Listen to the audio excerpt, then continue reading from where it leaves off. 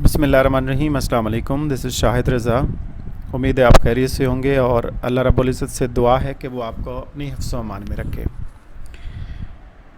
जैसा कि आप जानते हैं कि आप लोगों ने पंजाब पब्लिक सर्विस कमीशन की जो पोस्ट्स आई हैं लेक्चरशिप के लिए for both male and female, उसके लिए आप अप्लाई कर चुके होंगे और तैयारी कर रहे होंगे। इसी सिलसिले में मैंने कोशिश की है, मैंने एक लेक्चर सीरीज़ स्टार्ट की है अपने यूट्यूब चैनल के ऊपर। जितना कुछ मैं जानता हूँ, जितना मैं नॉलेज रखता हूँ, इंसान हर लम्हे सीखता रहता है। मैं ख़ुद भी लर्निंग के प्रोसेस में हूँ और सीखता रहता हूँ। लेकिन जितना कुछ मुझे नॉलेज है, जितना मेरा एक्सपीरियंस है स्कूल में पढ़ाने का, कॉलेज में पढ़ाने का और फिर यूनिवर्सिटी में पढ़ा रहा हूँ, तो इस दौरान जितना मैं सीख चुका हूँ और सीख रहा हूँ उसको आपके साथ शेयर करने की कोशिश कर रहा हूँ इस लेक्चर सीरीज़ में। और जहाँ तक मुमकिन हो सकता है आपके जितने भी कॉन्सेप्ट्स में क्लियर कर पाऊँ, जितनी टर्म्स को एक्सप्लेन कर पाऊँ, जितना कुछ नॉलेज आप तक पहुँचा पाऊँ, तो ये मेरे लिए भी बहुत अच्छा होगा और यकीनन ये आपको भी फ़ायदा देगी ये चीज़। तो इसी सिलसिले में ये लेक्चर सीरीज़ स्टार्ट की हुई है और मैं उम्मीद करता हूँ कि इसको सुनने और देखने के बाद आप इंशाअल्लाह अपना जो टेस्ट है आपका, या कहीं भी कोई क्वेश्चन पूछ लिया जाता है, या जो स्टूडेंट पढ़ रहे हैं कहीं भी, वो बीएड कर रहे हैं, एमएड कर रहे हैं, एमए एजुकेशन कर रहे हैं, एमफिल कर रहे हैं, या कोई और डिग्री कर रहे हैं रिलेटेड टू एजुकेशन, तो मेरी जो ये लेक्चर सीरीज़ है इसको सुनने के बाद मैं उम्मीद करता हूँ कि उनके कॉन्सेप्ट्स क्लियर हो जाएंगे। और ख़ास तौर पर जो पीपीएससी वाले लोग हैं जो अप्लाई कर चुके हैं और तैयारी कर रहे हैं, आप लोगों के लिए ये लेक्चर सीरीज़ बहुत ज़्यादा यूज़फुल होगी। और इसी सिलसिले में आज हम जो टॉपिक डिस्कस करने जा रहे हैं वो बहुत ही इम्पोर्टेंट टॉपिक है और वो है फ़िलासफ़ी, और we can say philosophies of education. और मेरी गुजारिश है आपसे कि इस वीडियो को, इस लेक्चर को आप एंड तक सुनेंगे, क्योंकि एक बात आप जहन में रखिए कि हम सब लोग जब भी एजुकेशन में बहुत सारे टॉपिक्स को पढ़ते हैं तो उसमें जो मुश्किल हमें फ़ील होते नहीं हैं मुश्किल, लेकिन फ़ील होते हैं। मैं एक पॉसिबिलिटी की बात डिस्कस कर रहा हूँ, तो उसमें से एक फ़िलासफ़ीज़ ऑफ एजुकेशन भी है। There are number of philosophies, 8-10 philosophies जब आप पढ़ लेते हैं तो उसको जहन में जब बिठाते हैं तमाम फ़िलासफ़ीज़ के पॉइंट्स को, तो जब आप उसको लिखने की बारी आती है या इम्तिहान में जब सवाल पूछा जाता है तो बाज़ औक़ात ऐसा होता है कि वो मिक्स हो जाती हैं सारी बातें। यहाँ पे एक चीज़ डिस्टर्बेंस सी क्रिएट हो जाती है और समझ नहीं आती कि अब कौन सा पॉइंट किस फ़िलासफ़ी का था। तो इसलिए आपसे गुजारिश है कि इस लेक्चर को एंड तक देखिए और इसमें मैं कोशिश करूँगा कि आपके तमाम जितने भी ये कॉन्सेप्ट्स हैं रिलेटेड टू फ़िलासफ़ी और फ़िलासफ़ीज़ ऑफ एजुकेशन, इसको क्लियर कर पाऊँ। और अगर आप इसको सुन लेते हैं एंड तक, तो मैं आपको गारंटी से कह सकता हूँ, यकीन के साथ आपको कह सकता हूँ कि बहुत सारे कॉन्सेप्ट जो आपके जहन में मिक्स हो जाते थे, टर्म्स मिक्स हो जाती थी, पॉइंट्स मिक्स हो जाते थे, वो क्लियर हो जाएंगे। और आप किसी भी इम्तिहान में, ख़ास तौर पर आज के लेक्चर के बाद, सुनने के बाद, फ़िलासफ़ीज़ ऑफ एजुकेशन के जितने भी क्वेश्चंस हैं उनको बेहतरीन तरीके से अटैम्प्ट करने के काबिल हो जाएंगे। तो मैं उम्मीद करता हूं कि आप एंड तक इस लेक्चर को सुनेंगे। So let's start discussing about our today's topic, philosophy and philosophies of education. तो हम शुरू करने जा रहे हैं the word philosophy. Philosophy word कहाँ से आया इसको हम देखते हैं, लेकिन सबसे पहले आप जानते हैं, आपने पढ़ा होगा फ़िलासफ़ी किसे कहते हैं। Philosophy it's love of wisdom, अक्ल दाने से मोहब्बत करना। लव ऑफ विज़डम को फ़िलासफ़ी कहते हैं। ये जो वर्ड है ये कहाँ से डिराइव किया गया, कहाँ से ये ओरिजिनेट हुआ, कहाँ से ये आया, इसको हम देखते हैं, इसकी एटमोलॉजी देखते हैं। तो etymologically the term philosophy has been derived from 2 Greek words. 2 Greek word हैं जहाँ से ये वर्ड फ़िलासफ़ी निकला है। एक वर्ड उसमें है फ़िलॉस और दूसरा है सोफिया। इसके बारे में आप पहले जानते होंगे। फ़िलॉस मीन्स लव और सोफिया मीन्स विज़डम। तो इन दोनों को अगर हम मिलाएं तो हम कह सकते हैं कि philosophy is a love of wisdom, अक्ल व दानिश से मोहब्बत करना, लव ऑफ विजडम। तो फ़िलॉसफी क्या है? It's love of wisdom, it's loving and searching for wisdom and truth, truth सच्चाई की तलाश करना, विजडम की तलाश करना, उसकी सर्चिंग में चले जाना, इट्स कॉल्ड फिलॉसफी। तो यहाँ से अगर हम थोड़ा और आगे बढ़ें तो हम फ़िलॉसफी ऑफ एजुकेशन की बात करते हैं। फ़िलॉसफी ऑफ एजुकेशन क्या है? ये एक स्टडी है जो कि बेसिक इम्पॉर्टेंट फ़िलॉसफिकल आइडियाज़ हैं डिफरेंट फ़िलासफ़र्स ने जो अपने आइडियाज़ दिए हैं उनकी स्टडी का नाम है फ़िलॉसफी ऑफ एजुकेशन। और उससे क्या होता है, एक्चुअली आपकी जो एजुकेशनल थॉट है वो बढ़ती है, इंक्रीज़ होती है, वो पॉलिश होती है, इन्फ्लुएंस होते हैं आप डिफरेंट फ़िलासफ़र्स के आइडियाज़ से, और इस तरीके से आप डेवलपमेंट प्रोसेस की तरफ आगे बढ़ते हैं। और आपकी लाइफ में, आपकी फील्ड में, पूरी दुनिया में जहाँ भी आप कामयाब होना चाहते हैं, you have to select the proper philosophy, the accurate philosophy. अगर आप प्रॉपर एक्यूरेट फ़िलासफ़ी को सिलेक्ट कर लेते हैं, समझ जाते हैं, अप्लाई कर लेते हैं, then you will definitely be successful in your life. Otherwise, on the contrary, अगर आप इसको प्रॉपर सिलेक्ट नहीं करते, इसको नहीं समझ पाते, तो उसका नुकसान क्या होता है कि आप चलते तो रहेंगे उस रास्ते पे, लेकिन क्योंकि आपने रास्ता ही ठीक सिलेक्ट नहीं किया है, तो इसकी वजह से आपका टाइम भी वेस्ट हो जाएगा, आपके रिसोर्सेज भी वेस्ट हो सकते हैं, और एंड पे होना क्या है कि आपको वो मंजिल नहीं मिलेगी। आप कहीं जाना चाहते थे, लेकिन इतना टाइम गुजारने के बाद आपको पता चलेगा कि आपने तो रास्ता ही और लिया था, तो ultimately that will be loss.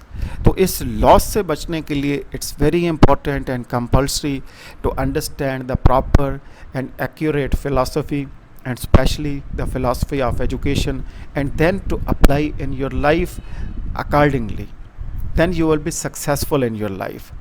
तो सिंपल सी बात ये है कि फ़िलासफ़ी ऑफ एजुकेशन को आपने समझना है, आपने जहन में बिठाना है, और उसके मुताबिक आपने उस रास्ते पे चलना है which is beneficial, which is accurate and which is perfect. तो आपको कामयाबी ज़रूर मिलेगी।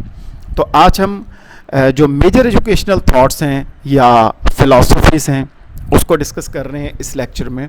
तो उसमें हम डिटेल से डिस्कस करने जा रहे हैं आइडियलिज़म फ़िलासफ़ी को, रियलिज़म फ़िलासफ़ी को, प्रैग्मेटिज़म और एग्जिस्टेंशलिज़म फ़िलासफ़ी को। इसको तो हम देखेंगे ही, लेकिन इसके साथ साथ जो एजुकेशनल थ्योरीज़ हैं इन फ़िलासफ़ीज़ से जनरेट हुई हैं वो भी हम देखेंगे, और उसमें चार से पाँच एजुकेशनल थ्योरीज़ को डिस्कस करेंगे, जिसमें पेरेनियलिज़म है, जिसमें एसेंशियलिज़म है, जिसमें प्रोग्रेसिविज़म है, रिकंस्ट्रक्शनिज़म है, या इसको क्रिटिकल थ्योरी भी बोलते हैं। तो इन तमाम को हम डिस्कस करने जा रहे हैं आज के इस लेक्चर में। तो इसकी डिटेल अभी आने वाली है। आपसे गुजारिश है एक मरतबा फिर कि आप इस लेक्चर को कंप्लीट सुनिए और देखिए, ताकि आपकी प्रॉपर अंडरस्टैंडिंग हो सके रिलेटेड टू एजुकेशनल फ़िलासफ़ीज़। तो हम ये देखने जा रहे हैं कि मेन ब्रांचेस ऑफ फ़िलासफ़ी कौन सी हैं, और ये जो एरियाज़ हम डिस्कस करने जा रहे हैं उसमें देखेंगे कि ये तीनों ब्रांचेस जो हम अभी इसको डिस्कस करेंगे, इसमें हम हर एक ब्रांच के नेचर ऑफ क्वेश्चन को देखेंगे कि कौन से क्वेश्चन इसमें पूछे जाते हैं। तो फ़िलासफ़ी की ब्रांचेस में नंबर 1 एपिस्टेमोलॉजी, और फिर हम देखेंगे ऑन्टोलॉजी या उसको मेटाफिज़िक्स बोलते हैं, और तीसरे नंबर पे एक्सियोलॉजी। तो ये आप जहन में रखेंगे कि इसमें से कोई ना कोई क्वेश्चन कहीं ना कहीं पूछ लिया जाता है। तो एपिस्टेमोलॉजी क्या चीज़ है? Epistemology is the study of knowledge, knowledge की स्टडी। इसमें आप नॉलेज बेस के बारे में मालूम करते हैं। इन particular epistemology is the study of the nature, scope and limits of human knowledge. इंसान का जो नॉलेज है, जो ह्यूमन नॉलेज है, उसकी नेचर क्या है, उसका स्कोप क्या है, और उसकी लिमिट्स क्या हैं, इसके बारे में अगर आप स्टडी करना चाह रहे हैं, आप जानना चाह रहे हैं, आप नॉलेज गेन करना चाह रहे हैं, तो इट इज़ कॉल्ड एपिस्टेमोलॉजी। और दूसरी जो मेन ब्रांच है फ़िलासफ़ी की, उसको ऑन्टोलॉजी कहते हैं, या उसको मेटाफिज़िक्स भी बोलते हैं। So it's actually the study of what is really real. हकीकत में क्या चीज़ है, रियलिटी क्या है। Specifically ontology seeks to identify and establish the relationship between the categories. Different categories के दरमियान जो रिलेशनशिप, जो ताल्लुक़ है, उसको एस्टैब्लिश करना ऑन्टोलॉजी का काम है, उसको आइडेंटिफाई करना, अगर कोई हैं तो, if any of the types of existent things. तो इसमें जो क्वेश्चन पूछे जा सकते हैं वो ये हैं, what kind of things exist. जो एग्जिस्ट करती हैं चीज़ें वो कौन सी हैं, उनकी टाइप्स क्या हैं। Do only particular things exist और do general things also exist.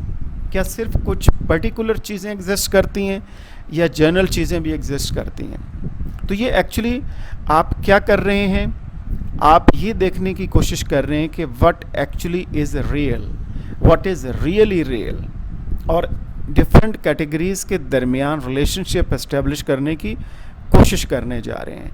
How is existence possible. अगर वो एग्जिस्ट करती हैं तो उसकी एग्जिस्टेंस जो है उसकी पॉसिबिलिटी का लेवल क्या है, वो कैसे पॉसिबल हुआ एग्जिस्ट कर रही हैं, तो किस तरह से एग्जिस्ट कर रही हैं।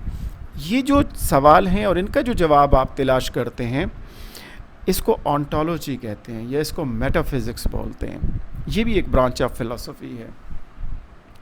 और तीसरे नंबर पे जो मेन ब्रांच ऑफ फिलॉसफी है, that is called axiology. What is axiology? It's the study of values, the investigation of its nature, criteria and status. Value की स्टडी, the status and the study of value system. हम कदरें हैं, मुख्तलिफ अक़दार हैं, हमारी values हैं। तो स्टडी ऑफ वैल्यू और उसके नेचर को इन्वेस्टिगेट करना, उसके क्राइटेरिया को देखना, उसके स्टेटस को देखना, एक्सियोलॉजी कहलाता है। फर्दर एक्सियोलॉजी को डिवाइड किया जाता है, सब डिवाइड किया जाता है टू मेन पार्ट्स में। इसके और मज़ीद दो मेन पार्ट्स हैं एक्सियोलॉजी के अंडर। एक को एथिक्स बोलते हैं और एक को एस्थेटिक्स बोलते हैं। एथिक्स आप जानते हैं कि एथिक्स प्योरली वैल्यूज़ से रिलेटेड है। It's the study of values in human behaviour और the study of moral problems. इंसान बिहेव किस तरह करता है किसी भी सिचुएशन में, उसका वैल्यू सिस्टम क्या है, all the things related to this is related to ethics. तो ह्यूमन बिहेवियर से रिलेटेड वैल्यू सिस्टम और उसके मॉरल प्रॉब्लम की स्टडी एथिक्स कहलाती है। और उसमें जो क्वेश्चन आप पूछ सकते हैं या उसको स्टडी कर सकते हैं वो ये हैं, the rightness and wrongness of actions. कोई भी शख्स जो काम कर रहा है वो सही है या गलत है। The kinds of things which are good are desirable. उसमें ऐसी चीज़ें आप देखते हैं कि जो ठीक हैं, सही है, अच्छी हैं, डिज़ायरेबल हैं। और तीसरे नंबर पे, weather actions are blameworthy are praiseworthy. जो भी काम कर रहे हैं, जो भी एक्शन परफॉर्म कर रहे हैं, whatever the actions are, you have to see either those actions are blameworthy or those actions are praiseworthy. जो काम हो रहा है क्या उसकी तारीफ़ करनी चाहिए या वो तारीफ़ के काबिल नहीं है। So actually all these are coming under the main theme value system. और इसके साथ साथ दूसरे जो इसके पार्ट है वो एस्थेटिक्स कहलाता है।